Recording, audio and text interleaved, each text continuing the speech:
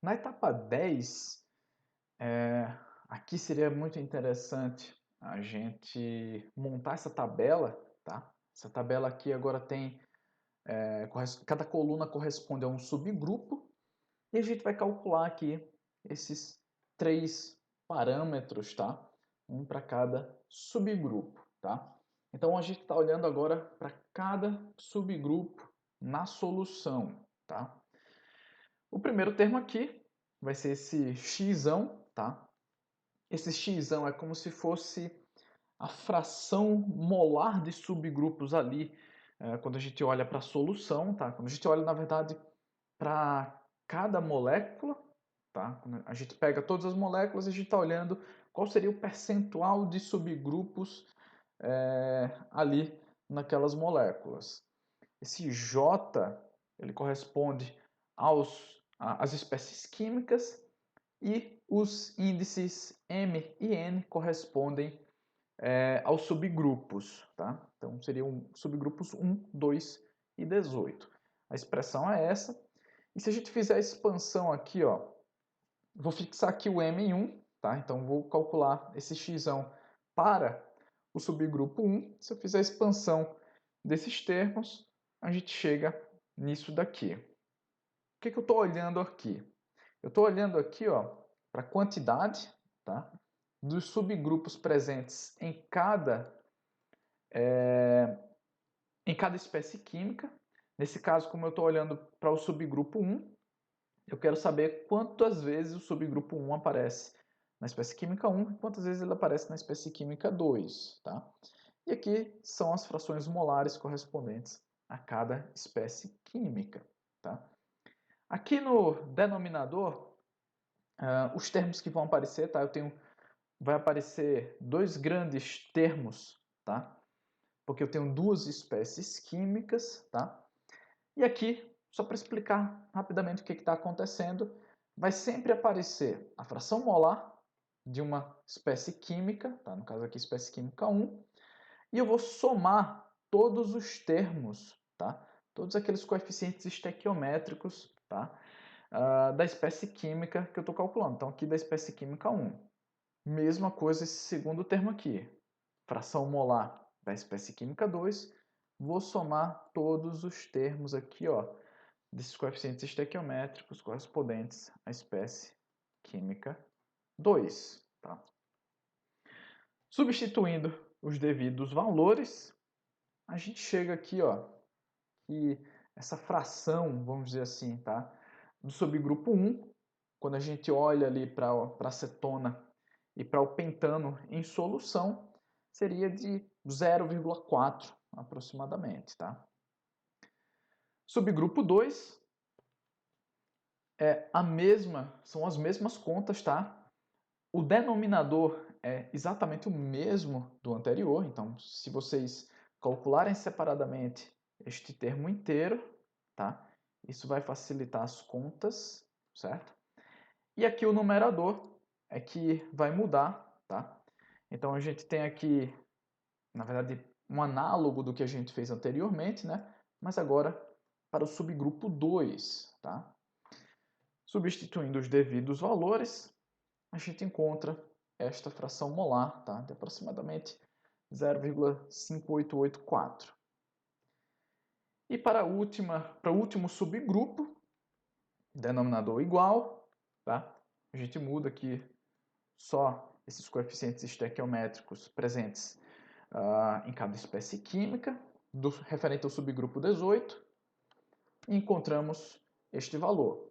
Como esse x ele é uma fração, o somatório do x1, x2 e x18, ele tem que fechar em 1. Tá? Então esse último termo poderia ter sido calculado fazendo 1 menos x1 menos x2. Tá?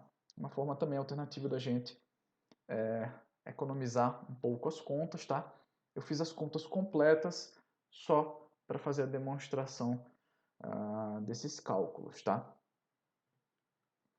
Então aqui venho e preencho a nossa tabela. Então, eu poderia ter calculado só o primeiro e o segundo e feito aqui pela diferença 1 menos esses dois valores para encontrar este último. Tá? θ grande, tá? Que eu vou chamar aqui de maneira muito carinhosa tetão, tá? Para a gente não confundir com o θ calculado na etapa 5 do nosso algoritmo, tá? Então, tetão corresponde à fração desse Qzão, tá? Que é a área superficial de Van der Waals, tá? Então, seria mais ou menos como o percentual de área superficial daquele subgrupo na solução, tá? Então, aqui os índices que nós temos, N e M, que correspondem a cada um dos subgrupos. Então, na hora de calcular o tetão para o subgrupo 1, fazendo a expansão, a gente tem esse termo. Guardem bem este denominador, tá? Porque ele se repete para todos os tetas. Então, calculando eles separadamente, novamente, a gente economiza contas, tá? E o que vai mudar aqui é o numerador, que vai ser basicamente cada um desses termos, tá? Que vai aparecer dependendo aqui desse índice. Então, aqui apareceu Q1x, x1, tá? Substituindo esses valores, lembrando que x a gente acabou de calcular e colocar na nossa tabela da etapa 10, tá? A gente tem este valor, tá? De fração, tá? De área superficial de Van der Waals para este subgrupo 1. Para o subgrupo 2, as mesmas contas, o denominador é o mesmo, tá? E aqui muda apenas o numerador. Fazendo as devidas substituições, a gente encontra este valor para tetão 2, para o subgrupo 2. E para o último subgrupo, o subgrupo 18, poderia fazer a diferença 1 menos tetão 1, tetão 2, tá? Menos tetão 2. Mas aqui eu vou fazer a conta completa, tá? Vou chegar no mesmo resultado por um caminho mais longo, mas vai dar no mesmo lugar. A gente compila todas essas informações e coloca na nossa tabela, tá, da etapa 10. Isso aqui vai ajudar a gente a preencher a última linha dessa tabela, tá? Essa última linha da tabela corresponde aí ao termo residual, tá? Referente a cada subgrupo. Esse termo aqui ele é um pouco mais longo, tá? De desenvolver, mas indo com muita calma, a gente consegue trabalhar ele, tá? Sem dificuldades. O primeiro termo, ele sempre tem que ser bem trabalhado, tá? Porque eu vou mostrar para vocês que os termos correspondentes aos outros subgrupos, eles são basicamente a repetição dessa fórmula que a gente vai colocar aqui, tá? E se a gente fizer o primeiro bem feito, todo corretamente, os outros termos, tá? O ln de gama 2 e gama 18, tá? A gente basicamente vai trocar alguns poucos valores na fórmula, então isso vai facilitar muito a nossa vida. Então, fazendo o primeiro termo corretamente, os outros vão sair mais facilmente. Se a gente errar o primeiro, a gente vai acabar errando tudo, tá? Seguindo essa minha estratégia, mas vamos fazer direitinho, tá? Vamos fazer aqui com calma. Eu vou abrir essa fórmula e vou explicar os padrões que vão aparecer nessa fórmula, tá? Então, ó, essa aqui é a expansão, tá, dessa fórmula aqui, certo? Os índices que aparecem aqui são o K, que corresponde aos subgrupos, M, que corresponde aos subgrupos, e N, que corresponde também aos subgrupos, tá? Então, tudo corresponde aqui a subgrupos. Onde aparecer K, tá? Eu vou fixar o K aqui primeiro, tá? Então, vou variar o K. Vou começar pelo 1, tá? Então, gama 1 aqui. E tudo que tiver K vai ser 1, tá? Eu sempre preencho com 1. Vamos olhar aqui para duas partes importantes dessa fórmula. Esse termo que está dentro do ln, tá? E esse termo aqui, ó, que é essa razão aqui, tá? Essa fração aqui, a gente trabalha ela já. Vamos trabalhar primeiro esse termo que está dentro do ln, tá? Observem que aqui a gente tem 3 termos. O número de termos que vai aparecer aqui dentro do ln corresponde sempre o mesmo número de subgrupos que a gente tiver. Então, se a gente tiver 10 subgrupos, a gente vai encontrar 10 termos dentro aqui desse LN, tá? O desenvolvimento dele é simples, tá? A gente sempre vai ter θ com psi, né? Correspondente a esse produto.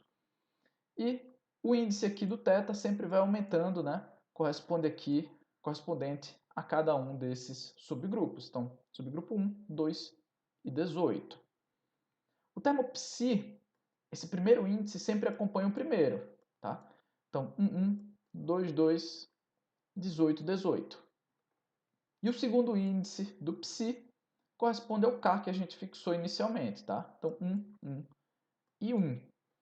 A gente pode montar esse termo que está dentro aqui do LN nessa ordem que eu mostrei para vocês, tá? Preenche tetão psi, tetão psi, tetão psi. Aí preenche os subgrupos 1, 2 e 18. O termo do psi, o primeiro índice, 1, 2 e 18, acompanhando o termo do tetão. E o segundo índice, acompanhando o índice do K que a gente fixou aqui. Montamos o LN. Vamos partir para o segundo termo aqui dentro desse termo residual do subgrupo.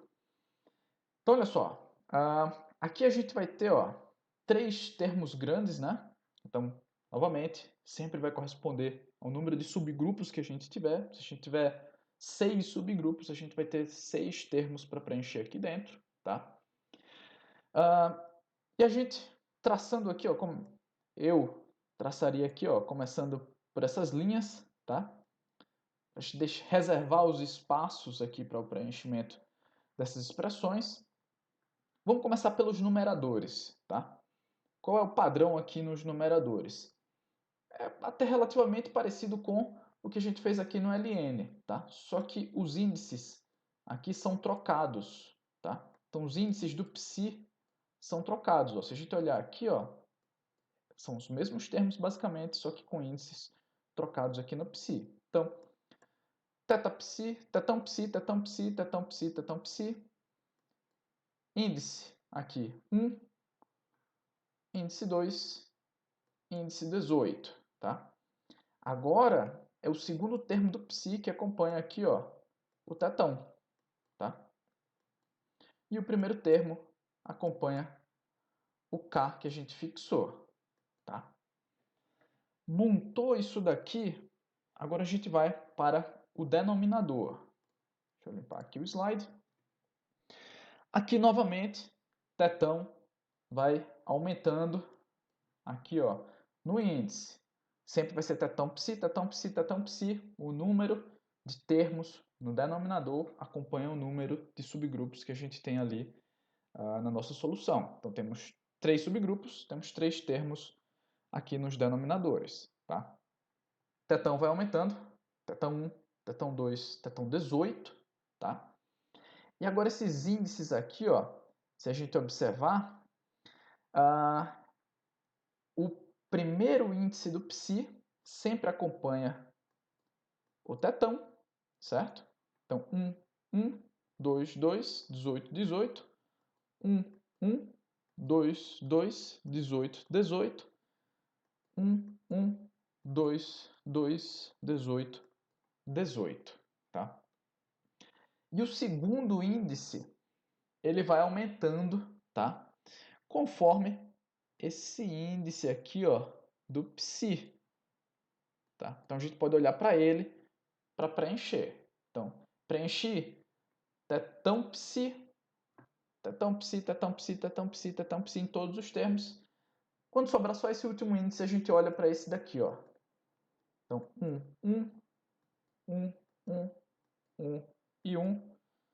2, 2, 2, 2, 2, 2, 18, 18, 18, 18, 18, 18. Pessoal, essa aqui é uma forma da gente fazer esse preenchimento de uma maneira mais mecânica, tá? Sem ter que ficar pensando muito nos índices, tá? Dessa fórmula, certo? Esse exemplo daqui eu fiz para 3 subgrupos, tá? Mas essa lógica que eu mostrei para vocês corresponde a qualquer número de subgrupos. Só que quanto mais subgrupos a gente tiver, mais combinações de termos nós teremos, tá? E maior vai ficar essa fórmula. Vai chegar um momento em que vai começar a ficar muito difícil de fazer essas contas na mão, e aí é interessante, de repente, implementar isso em software, tá? Mas 3 subgrupos, a fórmula fica grande, mas não é impossível de fazer na mão, tá? Então, a expansão aqui dessa fórmula para o subgrupo 1 vai ficar desse jeito. Quando a gente substituir os devidos valores, nós vamos encontrar que esse termo ln gama 1 corresponde a 0,0014. Tá? Beleza, vamos para o segundo subgrupo, k igual a 2. Isso aqui que eu destaquei em azul são os únicos termos que vão estar diferentes do termo ln gama 1. Tá? Então, se a gente preencher, se a gente fizer o desenvolvimento corretamente do ln gama 1, ln gama 2, ln gama 18, tantos quantos forem os subgrupos presentes, o preenchimento vai ficar simples, tá? É só a gente substituir esses termos que estão destacados em azul, tá? Então, a gente recupera a fórmula que está lá, tá? Recupera os valores que a gente preencheu nesses denominadores, tá? Inclusive, se a gente calcular separadamente, né, esses termos, esses denominadores, a gente economiza conta, tá? A gente escreve menos, certo? E a gente faz essas devidas substituições desses termos em azul, e aqui são os termos que estão destacados, a gente consegue encontrar mais facilmente o termo ln gama 2, tá? De novo, a ideia aqui é a gente fazer isso daqui de uma maneira um pouco mais mecânica, tá? Sem ter que ficar pensando muito, sem ter que ficar raciocinando muito a respeito de todos esses índices, de todos esses somatórios, tá? Então aqui eu estou destacando esses atalhos nessas contas, tá? Para as contas ficarem um pouco mais simples. Muito bem. E o último subgrupo, de novo, tá? Os termos em azul são os termos que estão diferentes em relação à primeira fórmula, tá? Então, recupera a primeira, preenche só com esses valores aqui diferentes, tá? Em azul, substitui esses valores, tá? Para encontrar aqui o último termo de ln gama 18. A gente volta na nossa tabela e preenche a última linha, tá? Correspondente a esses valores de ln gama. Aqui a gente finaliza a etapa 10 do nosso algoritmo, tá?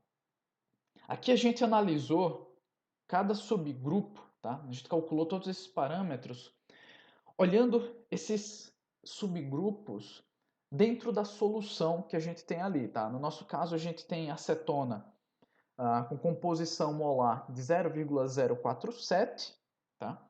E N-pentano com composição de 0,953.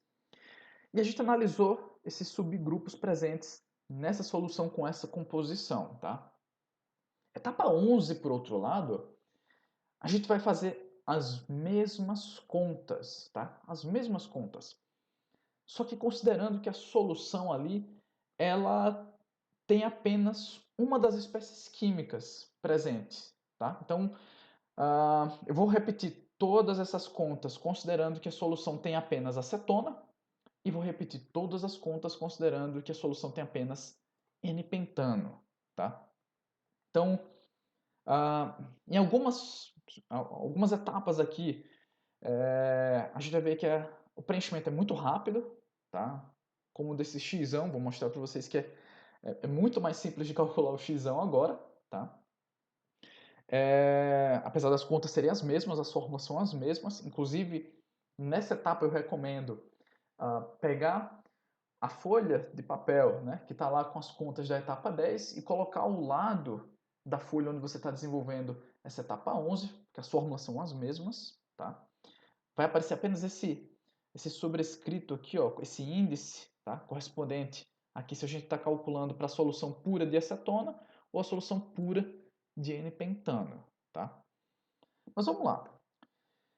A gente volta para calcular o xão correspondente a esses subgrupos em solução de acetona pura, tá? Vamos calcular primeiro aqui para acetona pura. Então a gente olha aqui, ó, a gente só tem dois subgrupos, né? Subgrupo 18 e subgrupo 1. Então, eu só tenho um subgrupo 18 e um subgrupo CH3, né? Um subgrupo 1. Então, isso significa que eu tenho 50% nessa molécula de subgrupos 1 e 50% de subgrupo 18. Tá? Acabou. Acabou aqui o cálculo do X, tá? Para a espécie química 1 pura. Vamos agora para a espécie química 2 pura. Tá? Eu tenho aqui 1, 2, 3, 4, 5 subgrupos presentes nessa molécula. E para o subgrupo 1 eu tenho 2. Tenho 2 subgrupos 1 em 5 subgrupos presentes aqui no N-pentano. Então, eu tenho aqui 2/5, tá? Dos subgrupos aqui presentes no N-pentano de subgrupo 1. E se eu fizer a diferença, né, de 1 menos 2/5, tá? Ou fizer aqui diretamente, né, eu tenho 3 subgrupos 2, eu teria 3/5 da molécula de N-pentano de subgrupos 2, tá? Acabaram as contas aqui desse xão, tá? Então eu volto e preencho a tabela, tá? Com os devidos valores. Os subgrupos que não apareceram, a gente pode preencher com 0, tá? A gente não vai fazer as contas dos parâmetros correspondentes aos subgrupos que não aparecem na respectiva molécula, tá? Então, no caso aqui da acetona, a gente não vai executar os cálculos correspondentes ao subgrupo 2, tá? E no N-pentano, a gente não vai executar os cálculos correspondentes ao subgrupo 18. Vamos lá, a gente vai agora calcular o tetão M para cada espécie química, tá? Então, ó, vou fixar aqui, eu vou fazer as contas para uma solução de acetona pura, tá? E vou fazer as contas para o subgrupo 1, tá? Vejam que a fórmula é a mesma que a gente empregou lá atrás, tá? Que a gente empregou na etapa 10 do nosso algoritmo, tá? Então, ó, vou expandir do mesmo jeito, tá? A única diferença aqui, ó, que vai aparecer aqui esse índice 1 aqui em cima, tá? Porque eu tenho uma solução de acetona pura. E os quesões aqui, ó, vieram lá da primeira tabela de quando a gente iniciou o exercício, tá? O xão, só um alerta, é o xão que a gente acabou de calcular, tá? Que veio aqui dessa tabela que a gente acabou de preencher, tá? E substituindo esses valores, ó, com os respectivos xões, a gente encontra esse valor para tetão 1, tá? Em acetona pura. Para o subgrupo 18, tá? O numerador aqui correspondente ao subgrupo 18, substituo os valores, encontro tetão 18, 0,6368. Repito as contas, mas agora para uma solução de N-pentano pura, tá? Então eu atualizo os valores aqui do xão, tá? Então xão agora para N-pentano puro são esses valores, tá? Que vieram da tabela que a gente preencheu. Calculamos tetão 1. Tetão 2 é análogo, tá? Opa, aqui é tetão 2, tá? Erro de digitação, tá? Tetão 2, a gente substitui os devidos valores, tá? E encontramos este valor aqui para tetão 2, tá? Assim como nos casos anteriores, tá? Se eu calcular esse valor, eu poderia ter calculado isso aqui como sendo 1 menos esse valor, tá? Então, economiza conta aqui do mesmo jeito, tá? Por fim, a gente vai agora para esse termo residual dos subgrupos, tá? Nas soluções puras.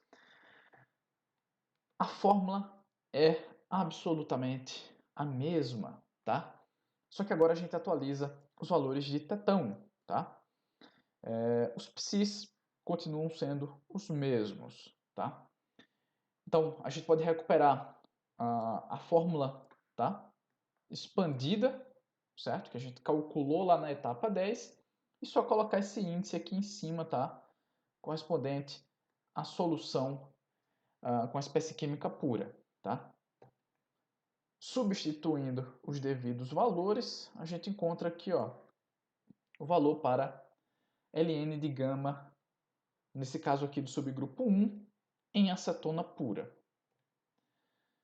Agora a gente parte para o Ln de gama 18 em acetona pura, tá? Não calculo para o subgrupo 2, porque ele não está presente na acetona, tá? Eu pulo essas contas. Pego a mesma fórmula que veio lá da etapa 10, coloco os índices aqui, ó, 1 em todos esses termos aqui do tetão, tá? E atualizando esses valores, né, substituindo eles aqui, eu encontro este valor para Ln de gama 18 em acetona pura. As contas para o N-pentano são as mesmas, tá? Mas agora a gente faz o índice aqui em cima, ó, 2, tá? Correspondente ao N-pentano. E a gente vai novamente, tá? Passar por todos os subgrupos ali presentes no N-pentano, tá? Então agora a gente está no subgrupo 1. Substituindo os valores, a gente encontra, olha só, 0.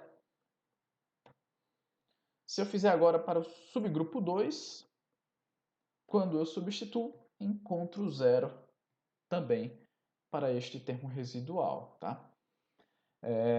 A minha hipótese aqui, tá? É que esses subgrupos correspondem a um grupo principal, ao mesmo grupo principal, tá? E por isso essa iteração aqui, ela é nula, tá? Nesse termo residual para cada subgrupo, tá? Substituindo os valores na nossa tabela, a gente encontra, olha só, a gente fecha essa tabela, tá? Com todos os termos necessários para a gente ir para as últimas etapas. Essas últimas 2 etapas do nosso algoritmo são etapas simples, tá? A parte mais complexa, tá? A gente já superou aqui nas etapas 10 e 11, tá? Então, ó, etapa 12, a gente vai fazer essa expansão aqui, tá? Calma, é uma expansão simples dessa vez, tá? Agora a gente tem aqui um somatório com 3 termos, tá?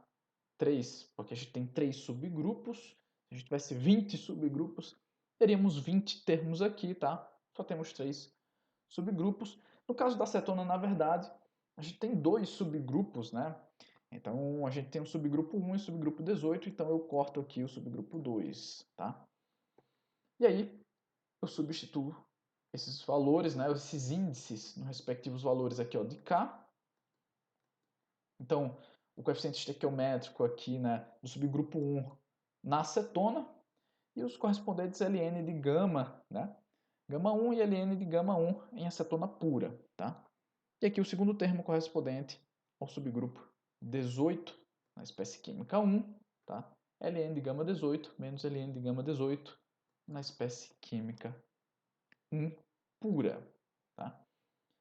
Substituindo os valores, a gente encontra esse termo residual, tá? Do coeficiente de atividade para a espécie química 1. Agora a gente vai para outra espécie química, que é o N-pentano, tá? A gente expande do mesmo jeito, tá? Observando aqui, como a gente não tem subgrupo 18, a gente vai calcular, né, só 2 termos, subgrupo 1 e subgrupo 2, tá?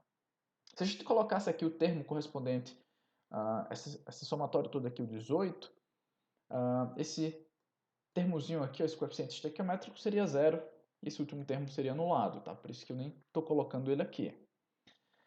Então, substituindo os devidos valores, novamente aqui, esses valores são mais facilmente resgatados das tabelas que a gente foi montando, tá?